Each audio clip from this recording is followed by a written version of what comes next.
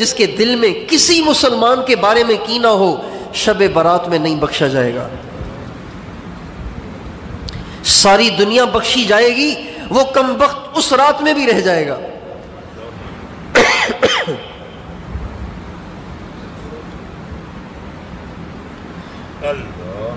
اللہ کرے 15 شعبان کی رات سے پہلے پہلے ہم کینے سے توبہ کر لیں، اوروں سے بھی کروائیں، سب کو بتائیں. کیا کرو گے دل میں کینہ رکھ کے؟ اگر اس کا کچھ بگڑ بھی گیا تو آپ کو اس سے کیا فائدہ ہوگا؟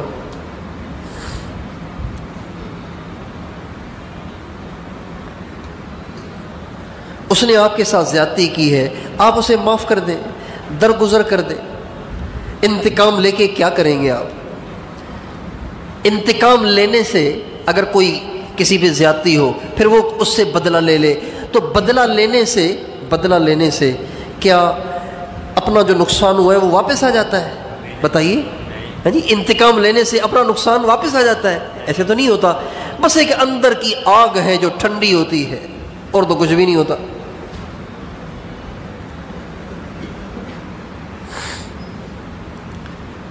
ہمارے نبی کے بارے میں حدیث میں آتا ہے من تقم لنفسہ، ہمارے نبی نے ساری زندگی کبھی کسی سے انتقام نہیں لیا، کبھی کسی سے انتقام نہیں لیا.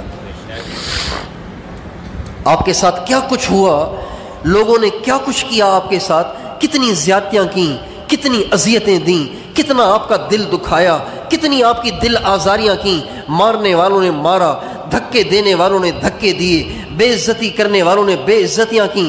آپ نبیوں کے امام ہیں، نبیوں کے سردار ہیں، لیکن آپ نے کبھی اف تک بھی نہیں کہا کسی کو.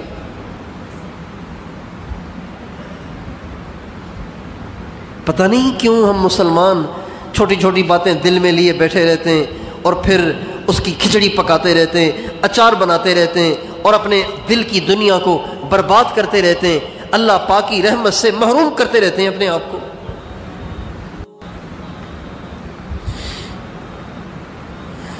چھوٹی چھوٹی باتوں پہ، بڑی بات بھی نہیں، چھوٹی چھوٹی باتوں پہ. ایک رشتہ دار دوسرے رشتہ دار سے اس لیے ناراض ہو گیا کہ جی اس نے جو بیٹے کی شادی کی نا اس میں جو کارڈ تقسیم کیا اس میں میرا نام آخر میں کیوں لکھا تھا؟ ارے اللہ تیرا بھلا کرے، تو آخر میں لکھنے سے تو چھوٹا ہو جائے گا یا اوپر لکھنے سے بڑا ہو جائے گا؟ یہ کوئی بات ہے ناراض ہونے کی اور دل میں بغض رکھنے کی؟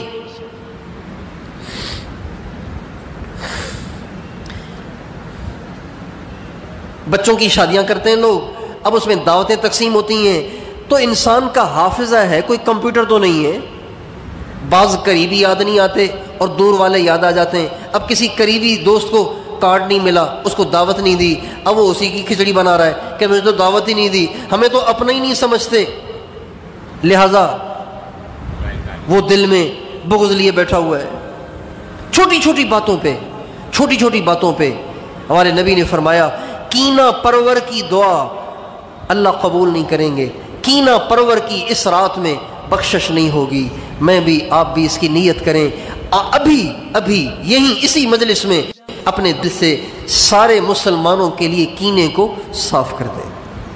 کرتے ہیں آپ؟ کون کون اپنے دل کو صاف کرتا ہے؟ اچھا، یوں صرف ہاتھ اٹھانے سے صاف نہیں ہو جائے گا، کینہ نکالنا بڑا مشکل کام ہوتا ہے. یہ کوئی جیب کے پیسے نہیں ہیں آپ نکال کے اسے پھینک دیں، یہ دل کی ایک کیفیت ہے، یہ تو انسان کے بس میں نہیں ہوتی. اس کو نکالنے کا طریقہ یہ ہے کہ جس کے بارے میں آپ کے دل میں کینہ ہے نا، ایک تو اس کا نام لے کے دعا کریں اور اس کو کوئی ہدیہ بھیجیں، اچھا خاصا ہدیہ بھیجیں.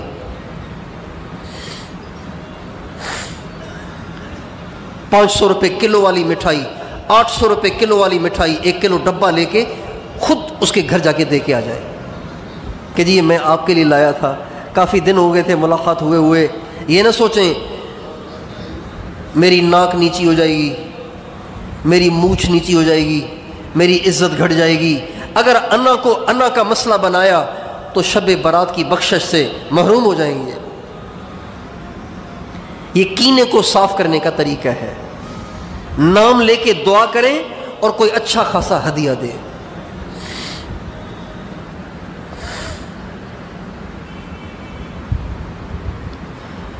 تو کینہ پرور کی دعا اللہ قبول نہیں کریں گے، اس کی بخشش نہیں ہوگی۔ تیسرا شخص جس کی اس رات میں بھی بخشش نہیں ہوگی وہ ہے جو رشتہ داروں سے تعلق توڑے ہوئے ہے۔ رشتہ داروں سے مراد، سنیے، رشتہ داروں سے مراد ماں اور باپ کی طرف سے جو رشتہ دار بنتے ہیں، مثلا باپ کی طرف سے چچا، تایا اور پھوپھی اور ان کی اولادیں، ماں کی طرف سے ماموں، خالہ اور ان کی اولادیں، یہ رشتہ دار ہیں۔ ان میں سے کسی سے بائیکاٹ کیا ہوا ہے، تعلق توڑا ہوا ہے، آنا جانا بند کیا ہوا ہے، لینا دینا بند کیا ہوا ہے، شب برات کی بخشش سے محروم ہو جائے گا، نہیں بخشے گا اللہ اسے شب برات میں، چاہے لمبے سجدے بھی کر لے، چاہے اپنے مصلی کو آنسوؤں سے گیلا بھی کر لے، اللہ اس کو معاف نہیں کرے گا۔ اس لیے اگر ہم میں سے کوئی اپنے رشتہ دار سے ٹوٹا ہوا ہے، اللہ کے واسطے آپ اس کے پاس جائیں، اپنی انا کا مسئلہ مت بنائیں، بے شک وہی قصوروار ہو، اس کو آنا چاہیے نا معافی مانگنے کے لیے، قصوروار بے شک وہ ہو، پہل آپ کریں، اللہ آپ سے راضی ہو جائے گا۔ ایک عجیب واقعہ مجھے یاد آ گیا، حضرت امام حسین اور حضرت محمد بن حنفیہ، یہ دونوں بھائی ہیں آپس میں، حضرت علی کے دونوں بیٹے ہیں، امام حسین تو حضرت فاطمہ سے ہیں اور حضرت محمد بن حنفیہ یہ حضرت علی کی ایک اور بیوی سے ہیں، اور وہ حضرت علی کی وہ بیوی سندھی تھی۔ کبھی سنا ہے آپ نے یہ؟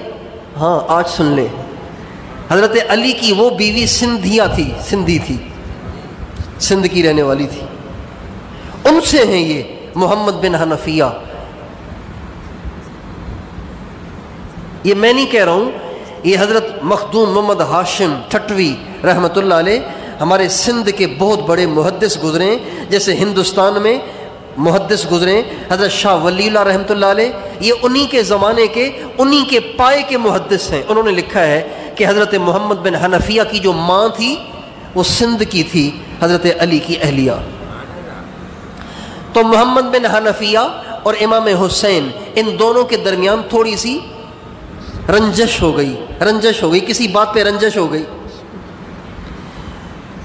3 دن گزر گئے، جب 3 دن پورے ہوئے تو حضرت تیسرے دن حضرت محمد بن حنفیہ نے حضرت امام حسین کو پیغام بھیجا، خط بھیجا اور کہا، بھائی جان، اللہ کے نبی کا ارشاد ہے کہ 3 دن سے زیادہ جدائی نہیں ہونی چاہیے، 3 دن سے زیادہ جدائی ناجائز ہے، 3 دن سے زیادہ قطع تعلقی ناجائز ہے، حرام ہے۔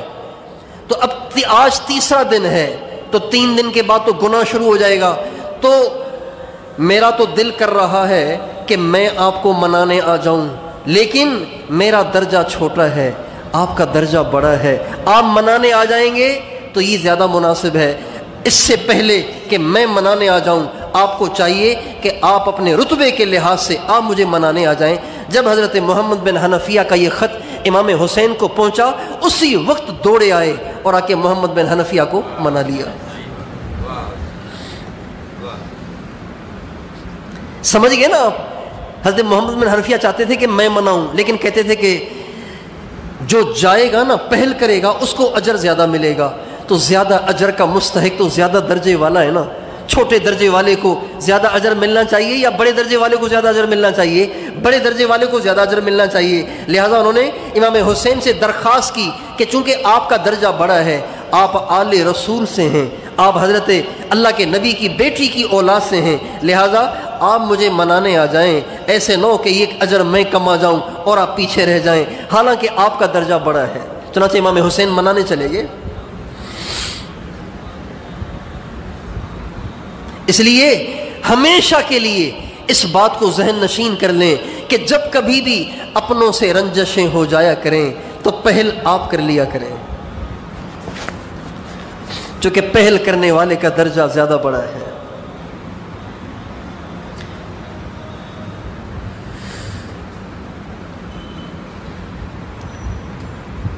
اور جو آدمی ایسا ہو کہ اس سے بخشش، اس سے معافی مانگی جائے پھر بھی وہ معاف نہ کرے، اس کے لیے تو بڑی سخت وعید ہے. اس کے لیے تو دوزخ کا فیصلہ ہے. جس سے معافی مانگی جائے اور وہ کہے میں معاف نہیں کروں گا، جو کرنا ہے کر لو، اس کے لیے تو جہنم کا فیصلہ ہے. تو اس لیے قطع رحمی کرنے والے کو اللہ اس رات میں نہیں معاف کرے گا. تو آپ کے رشتہ داروں میں، آپ کے متعلقین میں، آپ کے علاقے میں کہیں کوئی ایسا ہو کہ جو قطع تعلقی کرنے والا ہو، رشتہ داروں سے تعلق توڑنے والا ہو، اس کے پاؤں پڑھ کے اس کو سمجھائیں. ایسے نہ ہو کہ اس رات میں اگلے سال کے مرنے والوں میں آپ کا نام ہو اور بخشش نہ ہو، تو کیا کرو گے مرنے کے بعد؟ اور ماں باپ کے نافرمان کو بھی اللہ اس رات میں معاف نہیں کرے گا. جو ماں باپ کا نافرمان ہے، ماں باپ کی نافرمانی کرنے والا، اللہ اس کو بھی معاف نہیں کرے گا. جس کی ماں کا دل اس سے دکھا ہوا ہے، باپ کا دل اس سے دکھا ہوا ہے، شب برات کی بخشش میں اس کا کوئی حصہ نہیں، وہ محروم ہے. اس لیے اگر کسی کی ماں کسی سے دکھی ہے، کسی کا باپ کسی سے دکھی ہے، دونوں دکھی ہیں، ان کے پاؤں پڑ کے گلے لگا کر ان کی خدمتیں کر کے ان کی دعائیں لیں، ان کا دل خوش کریں. اللہ شب برات کے دن، اب اللہ شب برات میں بخشے جانے والوں میں ہمیں بھی شمار کر دے گا. ماں باپ کا نافرمان شب برات میں نہیں بخشا جائے گا. اور ہمارے نبی نے فرمایا ناحق قتل کرنے والا اس کو بھی اللہ شب برات میں نہیں بخشے گا. یعنی قاتل کو اللہ نہیں بخشے گا. اور ہمارے نبی نے فرمایا اللہ شرابی کو نہیں بخشے گا، شرابی کو بھی اس رات میں نہیں بخشے گا. شب برات میں اگلے پیر کو جو رات آئے گی، منگل کی رات، پیر کا دن، شب برات 15 شعبان کی رات کو نہیں بخشے گا. ہم اپنے دائیں بائیں دیکھیں، ہمارے علاقے میں کون ایسے نوجوان ہیں جو شراب کے نشے کے عادی ہیں. ان سے توبہ کرائیں، ان کے پاؤں پڑھ کے منت سماجت کریں، اللہ کے واسطے توبہ کرو، ورنہ شب برات کی بخشش سے محروم ہو جاؤ گے. شراب کے عادی کی اللہ بخشش نہیں کرے گا. اور ہمارے نبی نے فرمایا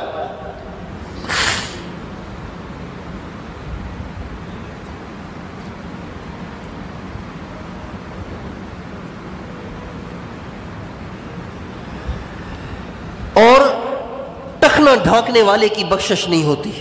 اس رات میں ٹخنا ڈھانکنے والے کی بخشش بھی نہیں ہوتی. جس کی شلوار اس کے ٹخنوں پہ پڑ رہی ہو، اس کے ٹخنے ڈھکے ہوئے ہوں، مرد، عورت نہیں، عورت کے تو ٹخنے ڈھکے ہوئے ہونے چاہیے.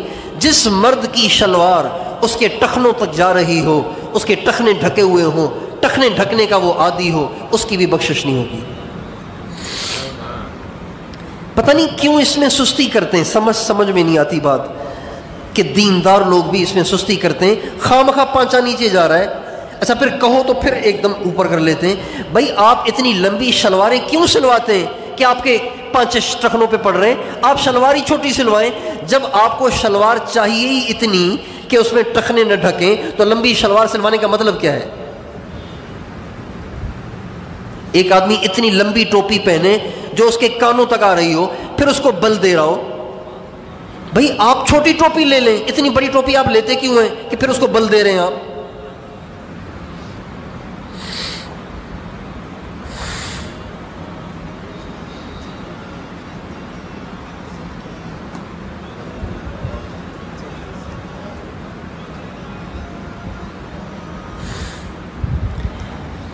ٹخنے ڈھانکنے والا مرد شب برات میں اس کی بخشش نہیں ہوگی. اور میوزک سننے والا، میوزک بجانے والا، اس کی بھی شب برات میں بخشش نہیں ہوگی. میوزک سننے والا، میوزک بجانے والا، اس کی بخشش بھی نہیں ہوگی. شب برات میں جب ساری دنیا کے گناہ گاروں کی بخشش کے فیصلے ہوں گے، یہ محروم ہو جائے گا. ضروری نہیں ہے کہ وہ جان کے سنے. بہت سے لوگوں نے اپنے موبائلوں پہ ٹونیں لگائی ہوئی ہیں، پتہ ہی نہیں کہ یہ میوزک ہے. بس جو ہی فون آتا ہے ایک دم ڈسکو آواز شروع ہو جاتی ہے، اور پھر وہ جلدی جلدی جیب میں ہاتھ ڈال کے اس کو دبا رہے ہوتے ہیں. بھائی آپ ٹون کیوں نہیں سوچ سمجھ کے رکھتے؟ جب موبائل کو استعمال کرنا نہیں آتا تو رکھا کیوں ہے آپ نے؟ اسٹیئرنگ پہ بیٹھ جاتے ہیں پھر جا کے گاڑی کسی کی دیوار میں مارتے ہیں، تو آپ اسٹیئرنگ پہ بیٹھے کیوں بھائی؟ سیکھو تو صحیح ڈرائیونگ کرنا پہلے.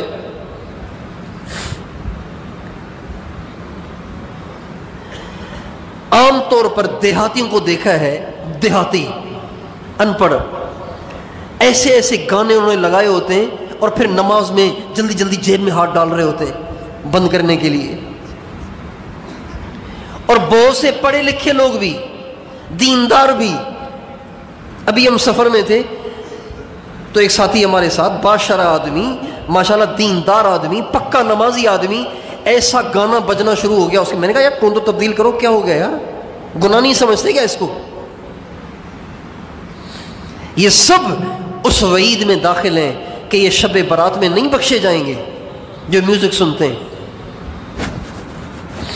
اچھا، بہت سے پڑھے لکھے دیندار لوگ اپنے موبائل پہ ایک ٹون آتی ہے Nokia tone, Nokia tone, Nokia tone, اس کو وہ سادہ ٹون سمجھتے ہیں. وہ سمجھتے ہیں یہ تو بہت سادہ ہے، حالانکہ وہ بھی میوزک ہے. اس کو غور سے سنیں، یہ بھی میوزک ہے. نوکیا ٹون بھی میوزک ہے. میوزک کسے کہتے ہیں؟ ہر وہ آواز جو ہلتی ہو، اپ ڈاؤن ہوتی ہو، ہلتی ہو، اس کو میوزک کہتے ہیں. سیدھی آواز کو میوزک نہیں کہتے.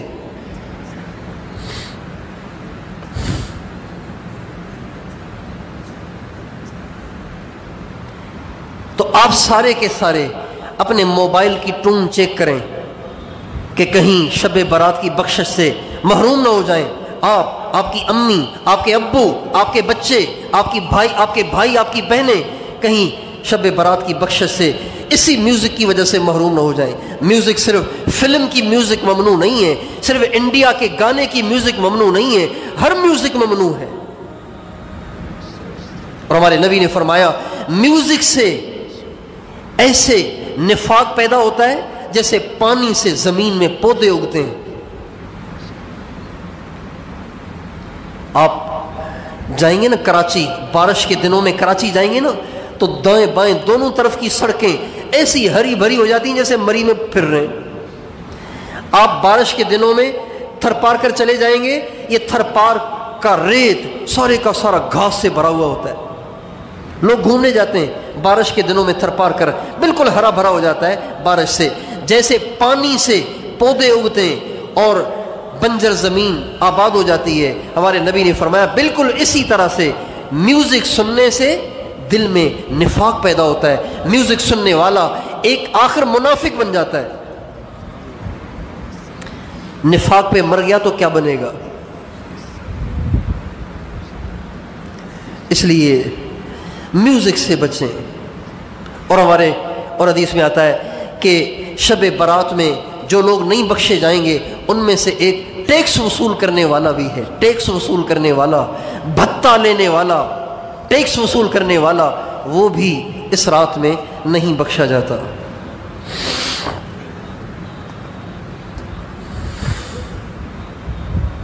اور حدیث میں آتا ہے وہ پولیس والا جو حرام کاریاں کرتا ہو، حرام طریقے سے پیسے وصول کرتا ہو، حرام کام کرتا ہو، پولیس والا، وہ بھی شب برات میں نہیں بخشا جائے گا.